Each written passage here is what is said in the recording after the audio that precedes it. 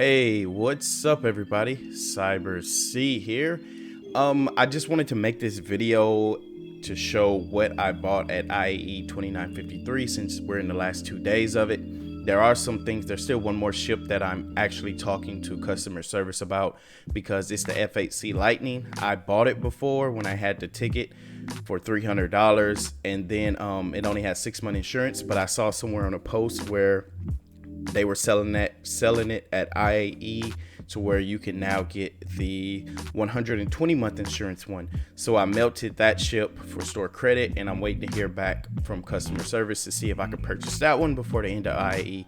So that ship will not be here. Now, word of advice, if you don't have the money to spend on this game, don't spend it on this game. I advise everyone to just earn their ships in game. However, there are people like me where we have disposable income and we're blessed financially to do this and support the game. So don't get mad at anyone if they want to spend their money on this game. They're supporting the game that we all love. There's no hate or hostility going towards anybody, whether you spend money or you don't spend money. Now, getting at that, I am almost at Space Marshal. As we see, to have the gold armor here, I'm 96%. I think you have to spend about $5,000. And if we look, I'm at $4,835. So just shy of $200 more dollars. And then we will be, boom, Space Marshal. Now, these are the ships I got during IAE. I got the 600i. I named it the Cyber Sea Celestial Explorer. I paid $475 for that. I got the 890 Jump for $950, 120 month insurance on that. I got the Astra, which is so hype right now. Everybody's talking about. I got that at IAE with lifetime insurance for that. I have the Aurora MR, which comes with the Squadron 42 combo, and I'm probably never going to use this ship with 3 months insurance. I bought this when I first got, this was the first thing I think I purchased in Star Citizen for the pack to play, and then I melted it, and then I saw that CIG removed Squadron 42 from the store, so I was like, oh heck no, let me do a buyback. So I bought this back just to get Squadron 42. So basically this is just me paying for Squadron 42, $65. I'm not going to use this ship. Then I have the C8R Pisces with the cold blue paint for concierge. I have the Cutter Scout with the Nightfall paint for concierge. I have the E1 Spirit 120 months.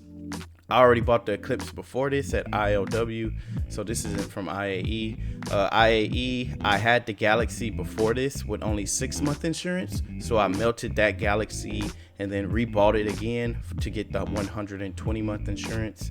I have the Herald from IAE for data running. I just bought this one in case whenever they do bring that online, I can have an entry-level ship. That way I don't have to worry about crew or repairing things for one of these big ships for my MSR. Where's my MSR at? My MSR right here.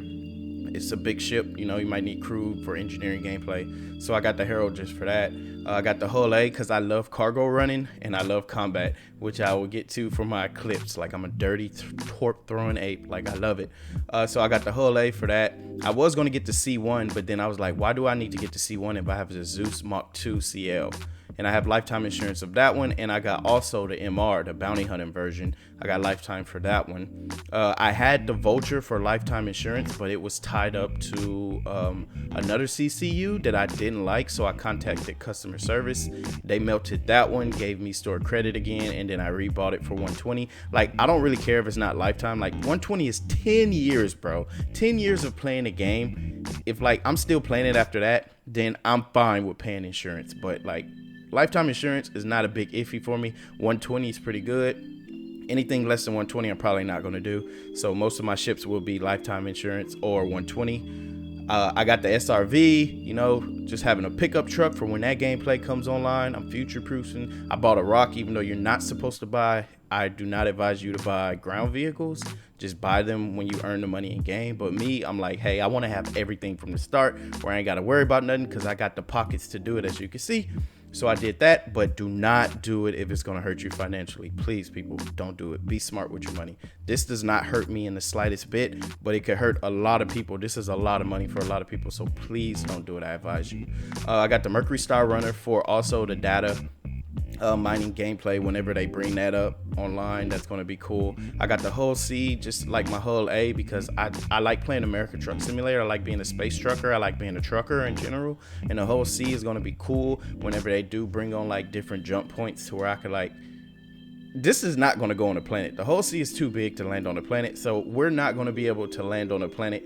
Oh, I didn't know you could click on this and see what you did. And you could like see, oh, that's cool.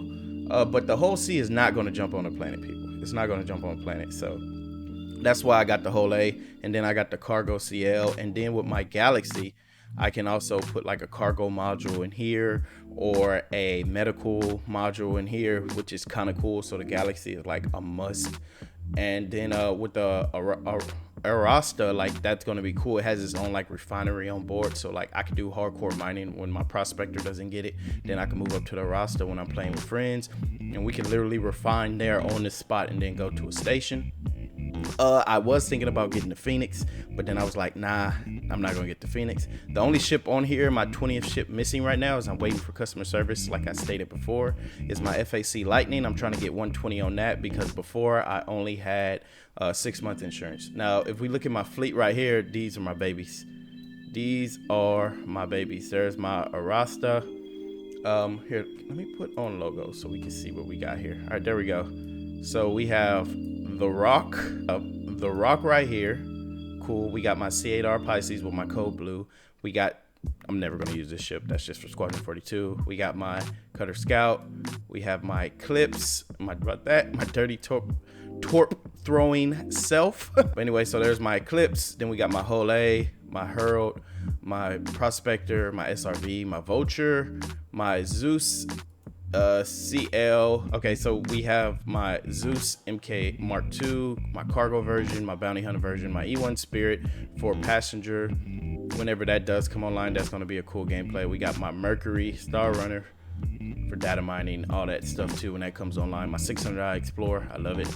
My Galaxy modular going to be cool. My Rasta for mining. My Hosi for getting my space, you know, just my space cargo dreams off. You know, I want to be a space trucker. My 890 jump, that's my big baby right there. You know, when passengers do come online, maybe that'll be cool too. I'm also thinking about buying the Genesis Starliner whenever that comes online. That because you could like fit up to 40 passengers in that, so that will be cool too. This is just another view of my ships.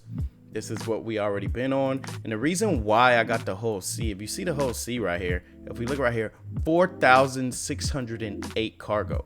So the way I'm thinking about doing this is when I first start out, I'm probably going to just be using the Hull A for 64. It's the same size SCU. I mean, it's the same size cargo as the C1, but I don't need the C1 because after my Hull A, then I'm going to go to my Zeus Mark II cargo, which is 128, which is higher than the C1. I know everybody's jumping on the C1 bandwave, but it's just not for me. Just not for me because I got this one, so it's irrelevant to me. So that one's going to do that, and then after I graduate from my C1, then I'm be like, oh no, what I'm going to use? I'm just going to go straight up big. But if I don't want to go too big, I could always go back to my Galaxy with their cargo module and have 576. And then after I graduate from my Galaxy, if I wanted to move the big weight, I'll just pull up my Hull C. And that's about as big as I want to go just for being a player by myself. But this is my hangar as we can see it on RSI website. The same ships right here, just showing that I actually truly have them, and this is my account. Yeah, I wish all these ships could come in black, but hey, you got to do what you got to do. I love this paint too, like the black and gold paint. It's so nice. And yeah, so I'm almost there to Space Marshal. Hopefully when CIG gets back to me about my FAC Lightning, if they say I could get the 120 on it, I'm going to go ahead and spend 300 on that.